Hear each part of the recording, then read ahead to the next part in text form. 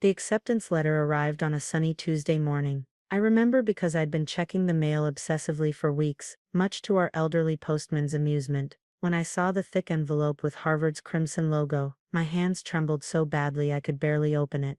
"Dear Miss Olivia Bennett, we are pleased to inform you," I screamed right there on our front porch, clutching the letter to my chest. 4 generations of Bennetts had attended local community college. I would be the first to break that cycle, the first to aim higher. If only I'd known how much that achievement would cost me. My cousin Madison lived next door. Our fathers were twins who'd married sisters, keeping the Bennett family close-knit and oddly intertwined. We'd grown up more like sisters than cousins, sharing clothes, secrets and dreams. At least, that's what I'd thought. I rushed to her house, bursting with excitement. Madison had applied to Harvard too, but received her rejection letter 3 weeks ago. I'd been walking on eggshells since then, trying to balance my hope with sensitivity to her disappointment. But surely now, with my acceptance in hand, we could celebrate together. She was in their family room, sprawled on the leather couch our grandparents had given her family last Christmas. Mine had gotten a second-hand dining set, just another example of the subtle favoritism I'd grown used to over the years.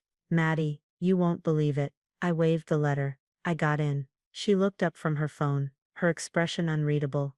"Got in where?" "Harvard, just like we always talked about." I pulled out the champagne bottle I'd bought on my way over. "I thought we could celebrate together, maybe start planning how you could transfer next year." Madison stood slowly, smoothing her designer jeans, another gift from our grandparents. "You got into Harvard." "Yes. Isn't it amazing? We can still be close, just like we planned. Boston's not that far, and you could visit while you're at." The bottle never made it out of my hands. Madison grabbed it by the neck, her knuckles white. "You think you're so special, don't you? Little Olivia, so smart, so perfect." "Maddie, what are you?" Pain exploded across my face as the bottle connected with my nose. I heard a sickening crunch, felt warm blood gushing down my chin. The letter fluttered from my hands as I stumbled backward. "I was supposed to get in." Madison screamed, still holding the broken bottle. "Not you. Never you."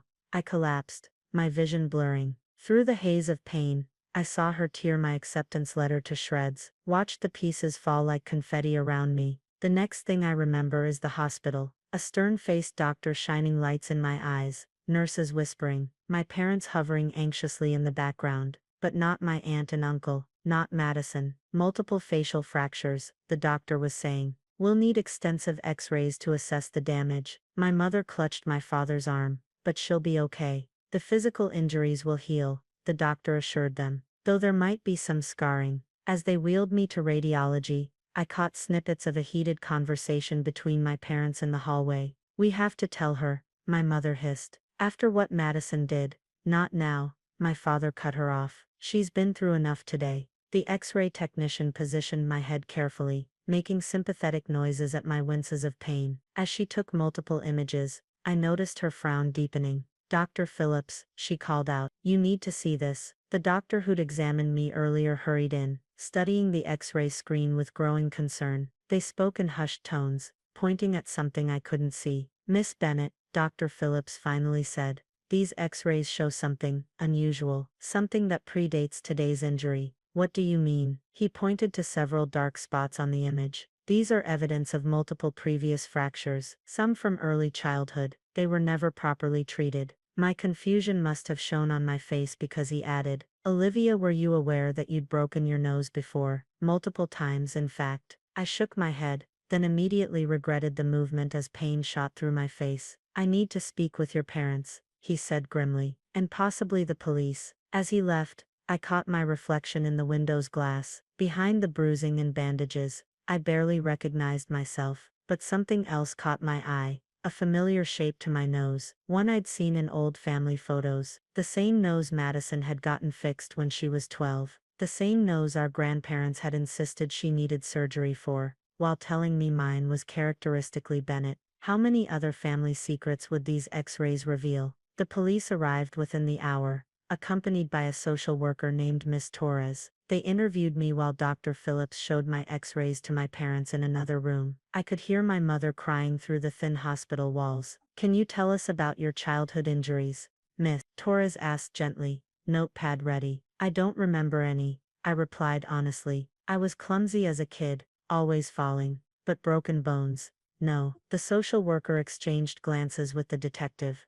What about Madison? Did she ever hurt you before today? I started to say no, but memories began surfacing, memories I'd buried or explained away. Madison pushing me down the stairs when I won the spelling bee in 4th grade. The time she accidentally slammed my hand in the car door, after I got a better grade in AP chemistry. Each incident followed by expensive gifts from our grandparents, as if to buy my silence. Olivia the detective leaned forward. We found something interesting in your medical records. Multiple emergency room visits between ages 6 and 12. Each time, your parents checked you in under different hospitals. My head spun. That's not possible. I barely remember going to the doctor as a kid. There are ways to make children forget trauma, Miss Torres said softly, especially when it's ongoing. Before I could process this, my parents burst into the room. My mother's eyes were red, my father's face ashen. We can explain, he started, but the detective cut him off. Mr. Bennett, we're investigating a pattern of suspected abuse. I suggest you contact your lawyer.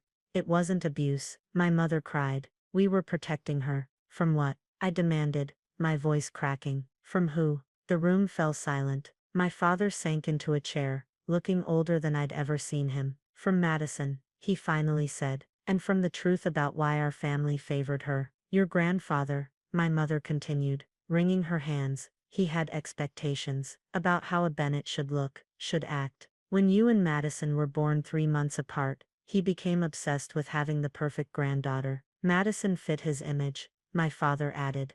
You reminded him too much of his sister. What sister? You told me Grandpa was an only child. My parents exchanged looks. She died in a mental institution in the 1960s, my mother whispered. Your grandfather had her committed when she started showing signs of being different. Brilliant, but different. Like you. The pieces started falling into place. The separate hospitals, the clumsiness, the constant comparisons to Madison. Every time you outshone Madison, my father explained, she'd lash out. Your grandfather would cover it up, pay for her anger management therapy, blame you for provoking her. We thought if we just kept quiet, kept you safe. Safe, I laughed bitterly. By letting her hurt me, by watching our grandparents praise her while treating me like I was broken. We have documentation, the detective interrupted. Medical bills, therapy records, even surveillance footage from your neighborhood showing multiple incidents over the years. Miss Torres handed me a tissue. I hadn't realized I was crying. Your cousin Madison has been admitted to the psychiatric ward, she explained. The doctors found evidence of long-term behavioral issues that were never properly addressed. Your grandparents' enabling made it worse. My phone buzzed. A text from Madison's mother, my aunt. I'm so sorry. We should have stopped this years ago. Another buzz. This time from my grandfather. Family handles things privately. Remember that. I showed the messages to the detective, who added them to his evidence file. What happens now? I asked, feeling exhausted and overwhelmed. Now, Miss Torres said firmly, we make sure this never happens again. Your acceptance to Harvard shows how much you've achieved despite everything. But healing takes time. My mother reached for my hand. This time, I let her take it. No more secrets, I said, and no more pretending Madison's behavior is normal. We'll do better, my father promised. Starting with getting you away from here. Boston's looking pretty good right now. Through the hospital window, I could see our family's houses side by side, identical, except for all the ways they weren't. Like Madison and me, cousins raised as sisters, mirror images distorted by years of family secrets and carefully crafted lies. The Harvard acceptance letter lay in pieces on Madison's floor, but they couldn't tear up my future. Not anymore. Dr. Phillips returned with discharge papers and a referral to a trauma specialist. Ready to start healing? He asked. I touched my bandaged nose, feeling the truth of what lay beneath. Yes, I said, all of me. 3 months later, I stood in front of Harvard's imposing iron gates, my nose mostly healed but my soul still mending. The summer had been a whirlwind of depositions, therapy sessions, and family revelations that seemed to get darker with each passing week. Madison had been diagnosed with a severe personality disorder, exacerbated by years of our grandparents' enabling and manipulation. She would spend the next year in an intensive treatment program. Part of me felt relief, another part guilt, and yet another part, the part I was still learning to accept, felt a deep simmering anger. Miss Bennett, A woman in a tailored suit approached me. I'm Dean Richardson. We received your updated file. By updated file, she meant the police reports, medical records and court documents that explained why my high school valedictorian speech had been delivered with a still healing nose and a restraining order in place. I understand if the university wants to reconsider my acceptance, I said, the words tasting bitter.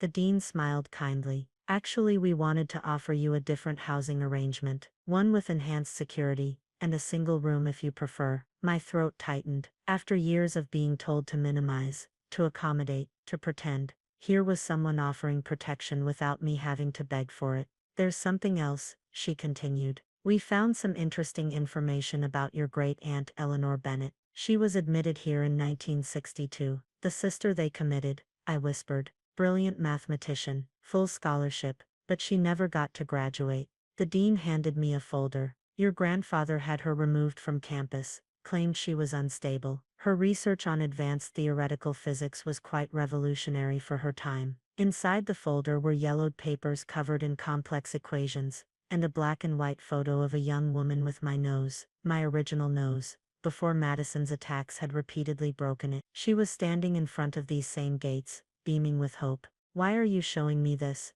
Because history doesn't have to repeat itself, Miss Bennett. Your family's pattern of suppressing exceptional women ends with you. That afternoon, I called the one person who deserved to know this truth. Hello, Olivia. My great-aunt Eleanor's voice was soft but clear. The assisted living facility had taken some convincing to let me contact her, especially since my grandfather still had medical power of attorney. I got into Harvard, I told her. Just like you did. A long pause. They told me no one knew about that anymore. I know everything now. About what they did to you, what they tried to do to me. Are you safe? The question carried decades of weight.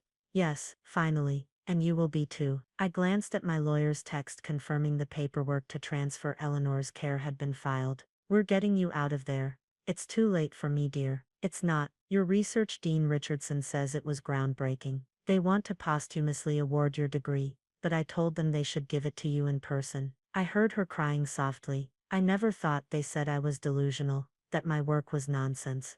They lied. About everything. That evening, I sat in my new dorm room, surrounded by textbooks and possibilities. My phone buzzed with a message from Madison's treatment center. She was requesting to send a letter as part of her therapy. I marked it as read, but didn't respond. Another text arrived, this one from my parents. Grandpa's contesting Eleanor's transfer. We're standing with you this time. I looked at Eleanor's equation-filled papers spread across my desk, her theories about quantum entanglement and parallel universes. In one of them, maybe there was a Madison who celebrated my success instead of trying to destroy it. A grandfather who nurtured brilliant minds instead of fearing them. But in this universe, I had to work with the truth I'd been given. Someone knocked on my door. My roommate Rachel, whom I'd met during orientation. Hey, a bunch of us are getting dinner. Want to join? I touched my nose, still sensitive but healing straight thanks to a surgeon who'd actually listened to what I wanted. Yeah, just let me grab my coat.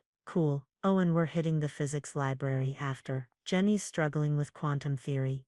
I smiled, gathering Eleanor's papers. Actually, I might be able to help with that. As we walked across campus, I felt the weight of generations of Bennett women walking with me. The ones who'd been silenced, committed, twisted into something they weren't, but also the ones who'd survived, who'd kept their brilliance burning despite everything. The autumn air carried the promise of new equations to solve, new theories to explore, new truths to uncover, and this time, no one would break me for shining too bright. My phone buzzed one last time. A message from Eleanor. Show them what a Bennett woman can really do. I looked up at the stars, their light reaching us across impossible distances, defying time and space, just like Eleanor's theories suggested. Some things, I realized, were stronger than family secrets, stronger than broken bones, stronger than fear. Some things, like truth and talent, couldn't be buried forever.